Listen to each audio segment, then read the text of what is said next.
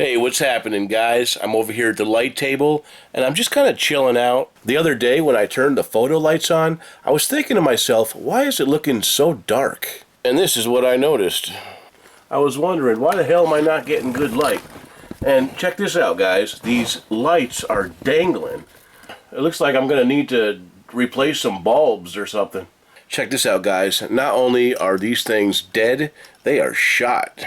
Looks like they're even busted. The sad thing is, I saw a bunch of light bulbs like this over at Kevin's place today, and I probably could have got them for next to nothing. I thought these were broken right off the base, but it looks like this is just one replacement unit. I've never actually ordered these before, so I'm going to have to get on eBay and do so. It looks like there's also a couple burnt out on the other side as well, so I'm just going to order a bunch of them.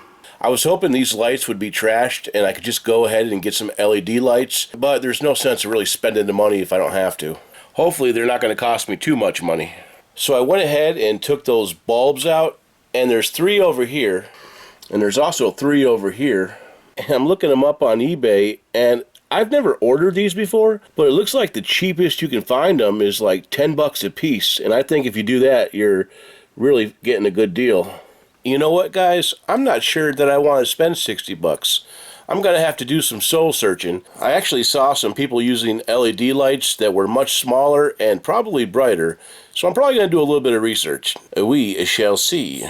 So last night I decided that I wanted to go hit some garage sales today. I looked into Keen Paper and I saw that there were 12 garage sales, but it looked like a lot of them were repeats from addresses that I've already been to, and I really just didn't want to go out to Keene today. It seems like every time I go out there in the afternoon, it's just been like kind of garbagey, and I really don't find anything. I end up just driving around, wasting gas. Then I'll usually go hit the Salvation Army and the More Than a Thrift, and on a Saturday, they're usually a bust. There is, of course, the exception to the rule, but Saturdays generally for me have always been really crappy thrift store days. You can probably still find some stuff, but it's always been my experience that they're really busy on Saturdays, and usually stuff gets like picked over really quickly, or they just don't have the staff that they need to put, a whole lot of stuff out. So if I can stay away from a thrift store on a Saturday, you bet I will.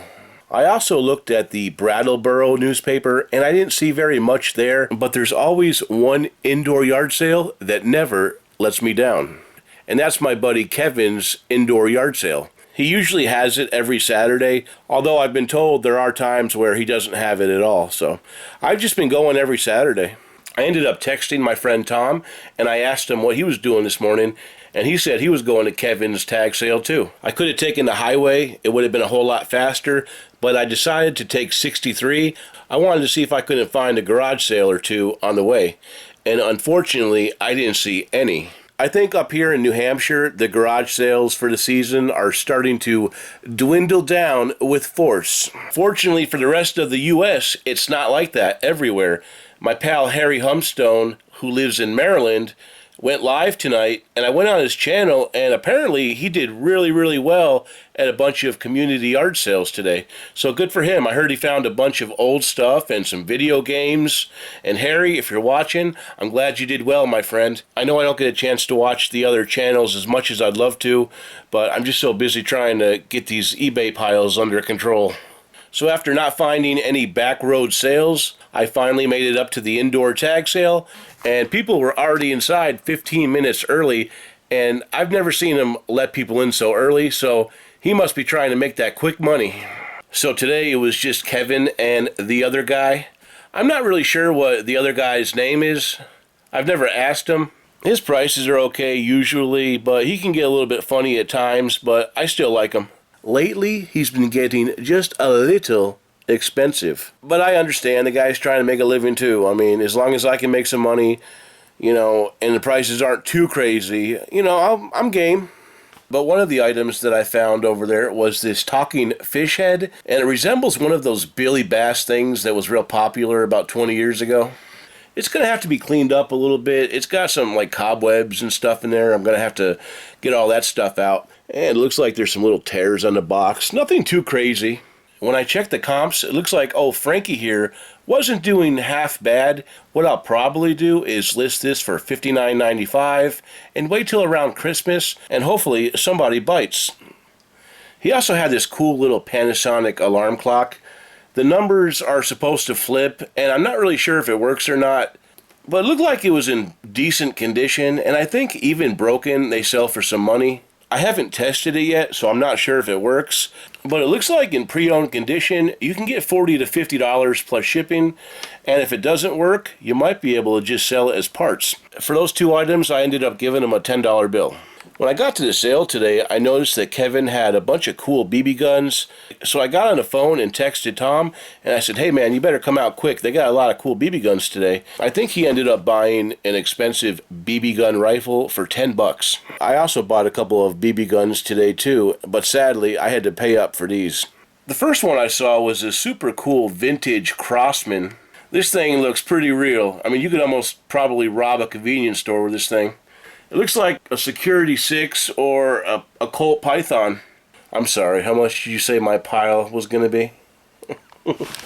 When I was a kid, back in the 80s, they used to sell these at Walmart, and I wanted one. And my parents were like, no. And I'm not really sure how much they sell for, but I paid $35 for this. I may get some CO2 cartridges and some BBs and have a ball with my dad for a while. He also had this other BB gun. This is also a Crossman. It's made by the Coleman division. If I had to guess, this is likely from the 80s. And this is actually just a really beautiful BB gun. It looks like one of those Mark 22 Ruger pistols. And check out that barrel. It uses these big, like 22 sized pellets. You get popped with one of these in the leg, you're going to know about it. We were checking out the bottom where the CO2 cartridge goes in. And it looks like there's a gasket around here that's going to need to be replaced. But I'm not sure I want to sell these. These are just really nice quality guns. And they're actually fun to just pull out and shoot cans at once in a while. He also sold me this for $35. It looks like if I ever wanted to sell them, I could probably do okay. I saw that one had sold for $75, and it looks like the Mark 1 sells for over $100. So I don't think I'll get hurt too bad. Usually with Kevin, I'll try to get in a little bit of a friendly haggle, but today I decided not to do that. However, I did ask if I buy those guns at full price, would you throw in this little junk over here? And he said yes. So I basically got these items for free. So the first thing I got was a Sony Discman. It's the D151 model. These aren't super expensive items, but something like this will probably get like $20.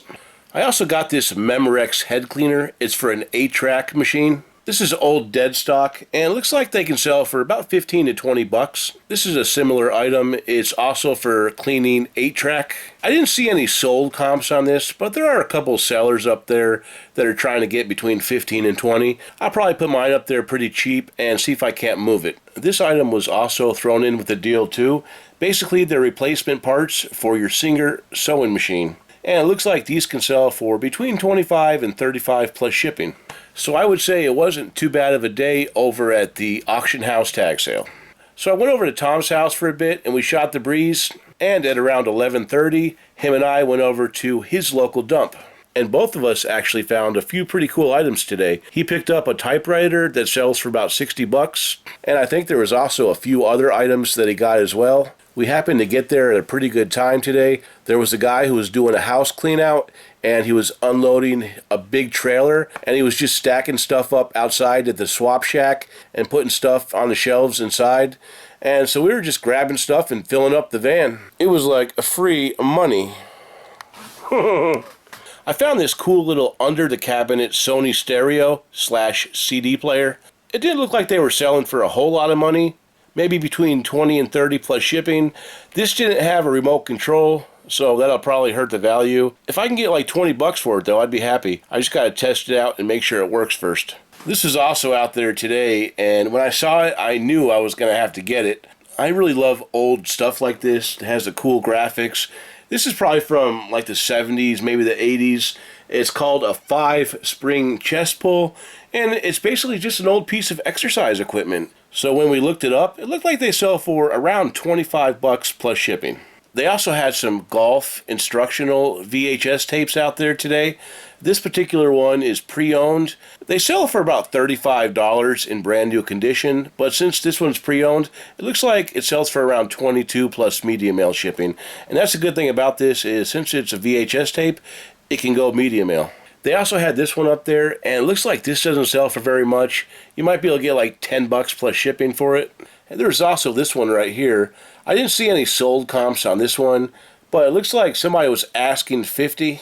I think what I'm going to do is just take all three of those, put them together, and ask $49.95 plus shipping or best offer. I don't have anything into them, so if somebody comes and offers me 30 bucks, I would take it. I just noticed there was also this one that fell on the floor. I didn't see any sold comps on this, so I'm just going to add it to the lot, and hopefully it helps the price out. There was also some guy that came in, and he started putting containers and little household items on the shelf, and I saw him put these Rubbermaid lids on the shelf. I didn't see the container part, but I know for a fact these 5 lids should sell for a few bucks.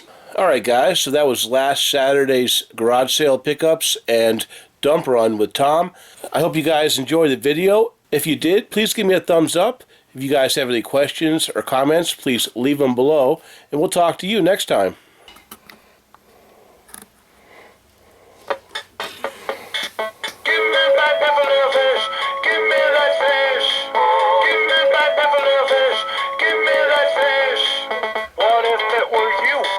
Up on this wall, if it were you